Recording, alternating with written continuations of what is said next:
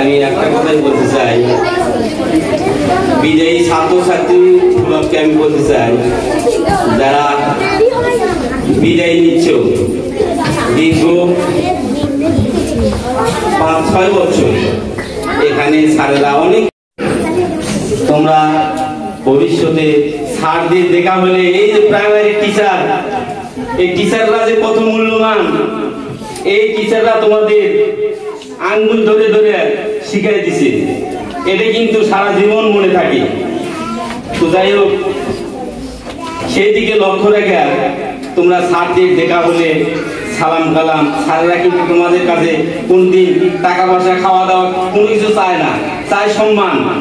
এই যে কষ্ট করে তোমাদের শিক্ষা দিছে, এর অনুদানই একটা তোমাদের সম্মান করা।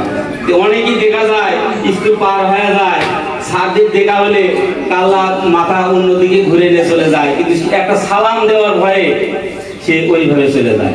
এইরকম কাজ তোমরা করো না। তো এটাই আমি তোমাদের সুস্বাস্থ্য কামনা করে আমি বিদায় নিচ্ছি, যেহেতু সময় অল্প। আসসালামু আলাইকুম।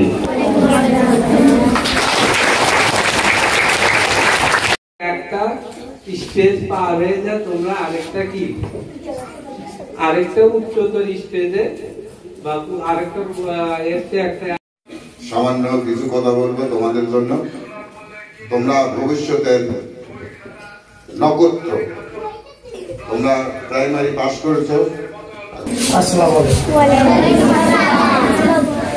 কেমন আছো তোমরা? আলহামদুলিল্লাহ, আমি ভালো আছি। তোমরা যতই বলো যে ভালো আছি, তারপরেও মনে হয় তোমাদের একটু মন খারাপ, কারণ দীর্ঘ একটা সময় তোমরা যাদের সাথে লেখাপড়া করেছো, খেলাধুলা করেছো, অনেক সময় হয়তো একটু ঝগড়াঝাটি হয়েছে, মান অভিমান হয়েছে, আজ তারা তোমাদেরকে ছেড়ে চলে যাচ্ছে, তো বিদায় নিয়ে চলে যাচ্ছে। তো এটা আমাদের বাংলাদেশের যে শিক্ষা পদ্ধতি, যে কারিকুলাম, শিক্ষাক্রম, এটা আমাদের মানতে হবে।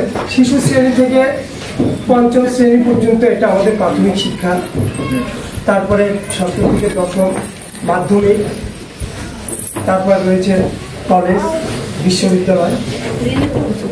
আমাদের যে শিক্ষা পদ্ধতি অনুযায়ী তোমাদেরকে এই যে একটা লেভেল শেষ করার পরে সেখানে আর থাকার সুযোগ নেই।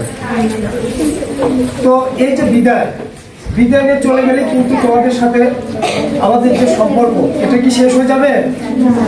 এটা কখনো শেষ হয়ে যাবে না। শিক্ষক এবং ছাত্রছাত্রীর যে বন্ধন, এটা একটা চিরবন্ধন, এটা কখনো শেষ হবে না। আর আমার আগে যারা কথা বলেছে, অনেক সুন্দর সুন্দর কথা বলেছে, মূল্যবান কথা বলেছে, কথা মোটামুটি শেষ হয়ে গেছে।